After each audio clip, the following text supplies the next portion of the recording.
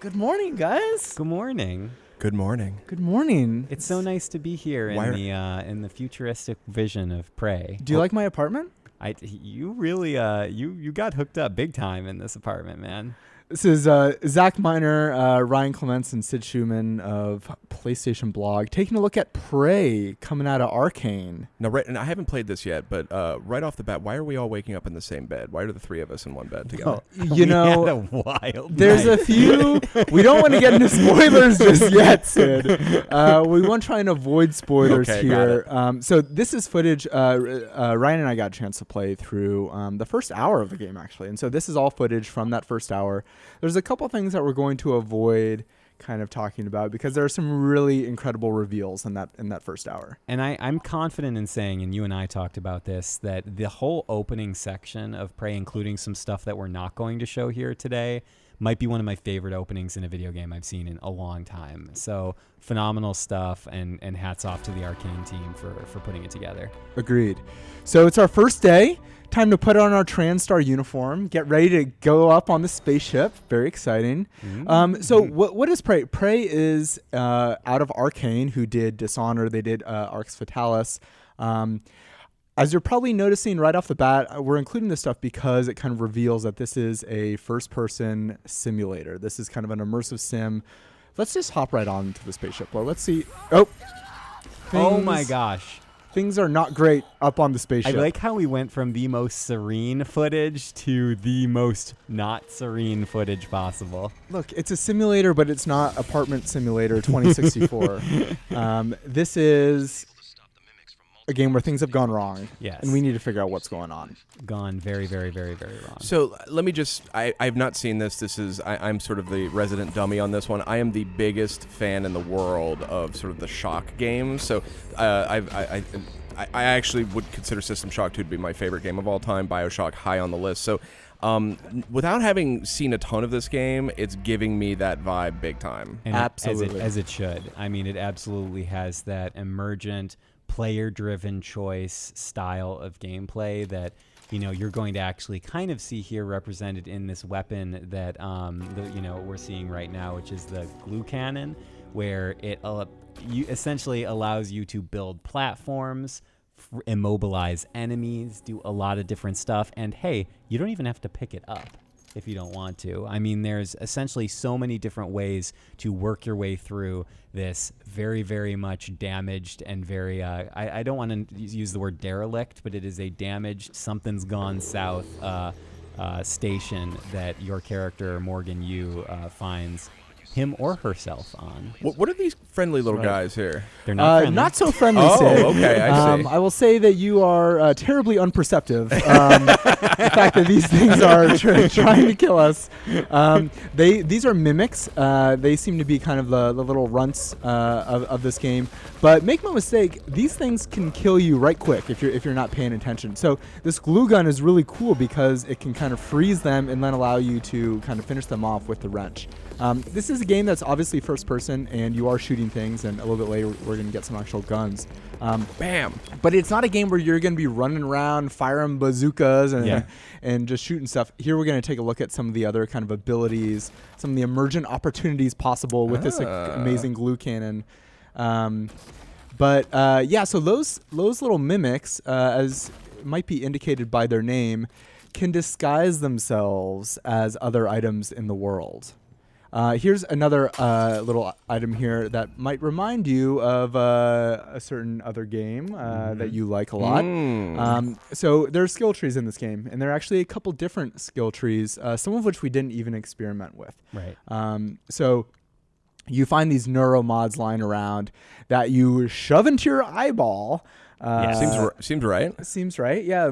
Hey, what's this on the ground here? I'll just shove it in there. Oh, I might as well shove it in there. I do that all the time. So we have a couple different skill trees: scientist, engineer, and security. We obviously barely got a chance to experiment with these, but suit your play style. You can be hacking turrets, hacking security systems. We'll take a look at that stuff. And sorry, go ahead. No, go ahead. I was going to say, and a quick note that when I was talking to the lead designer in our interview together, Ricardo Bear mentioned that in this kind of initial section of the station, when you get that first neuro mod, they actually give you a way to benefit from any of the initial selections you make when you upgrade your character. So like if you want to do like a hacking neuromod, they made sure that in this opening area of the game there's a way to use that, or a strength thing, or some other for repairs. Like they wanted you to feel like whatever you pick, you're going to be rewarded in some capacity, which I thought was really smart design. And this is a hacking interface we're seeing now, I'm guessing. And we'll see this right now. So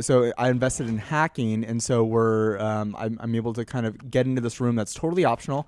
And look, I get a weapon upgrade kit. Nice. There's some other stuff going on in the room. I will note, and I told Ricardo this, that Dishonored has been one of my favorite games the last several years. Oh yeah. I am someone that plays those games by reading everything in the world. Oh, absolutely. Arcane. There's so many emails. there are few studios better, in my opinion, at environmental storytelling than Arcane. 100% agree. Right now, and I want to just soak all that in.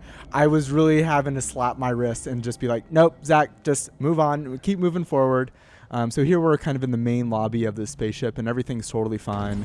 Oh no, everything is not totally fine. Maybe not. Where is this sort of space station located? Do you know? Is it Well, in the solar system or? It is in outer space. Okay, Yes, it's in outer space. And if you look out the window here, you might see that there's potentially some recognizable celestial objects. Oh. Indeed. We're keeping things vague. Very vague. You know what? I fear that there's going to be some spoilers out there. But that's why you just got to stick with the PlayStation blog for all the coverage. So this is the main lobby, and this is kind of the main, I think, hub of the game. And so there's kind of different levels that you can explore of the spaceship, obviously, as we've seen. Here's another example of just some of the completely optional environmental storytelling. Ryan, I don't even know if you went into this room. I know what you're doing here, but I unfortunately did not read all this stuff. But yeah, it's awesome that it's basically a small museum showing the progress of the space station and kind of its development, and the development of the company that facilitated it. So just really awesome stuff. And again, it's like you could just totally walk by this room and not even notice it.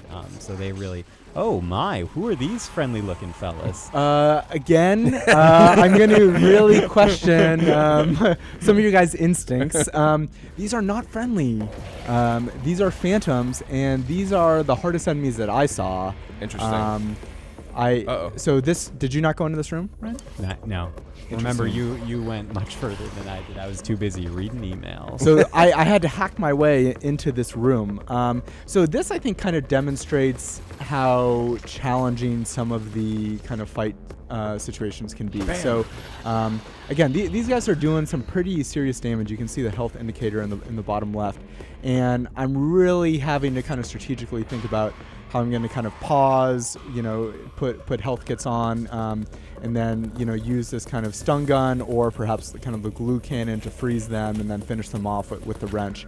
I think we haven't played much of it, but ammo is going to be sparse, I think. Yeah. Does look like there's a recharging health system, I noticed. It's down in the lower left. It is definitely very, I wouldn't say punishing, but you definitely have to be cognizant of your health and your well-being. Or maybe I'm wrong. What's that meter I see in the middle of the screen that keeps building up? Is that so stamina? That's stamina. Got it. I was incorrect by what I said. Health, you need to heal I got yourself. It. Okay. You're not just always going to be at 100%. I retract my prior statement. There is not a recharging health system. And so when you're opening that weapon wheel there, you're just triggering a health kit. I understand. Okay.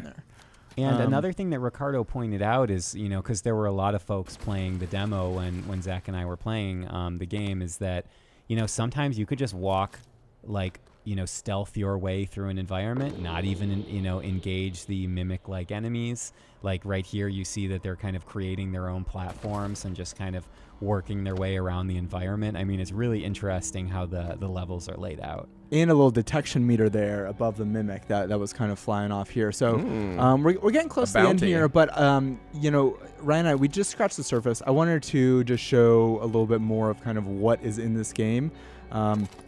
So this is your office. This is Morgan's office. This inventory could be ripped straight out of System Shock 2. Right, and look, straight out of it. You can upgrade it, obviously, right? You can expand it.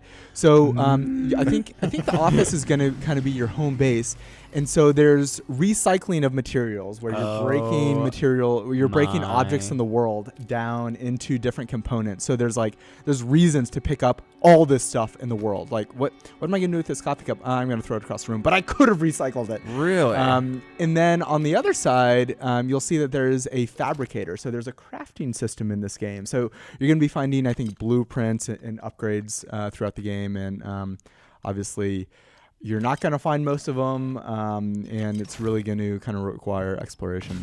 And a quick point as we're watching this amazing footage and kind of closing up shop is that you do not need to have experience with the original, with Prey's predecessor. This is unrelated. You can go right into this. It's kind of own unique story. It's a new science fiction story, by Arcane. So you can enjoy it kind of fresh. Gents, do we have any sense of the threat? These creatures we seem to be fighting. Do we know anything about what they are, or sort of where they factor in? It's an enormous threat, Sid. Yeah. Yes, I mean I have all I know is that the space station is not in good shape, and the people on the space station are not in good alive. It is a threat not to be taken lightly. Okay, I understand. And just real quick before we go here, in addition to that skill tree that we saw earlier, we are aware that you get some access to alien powers later in the game. We didn't get a chance to really look at those or experiment with those. That was a little bit after.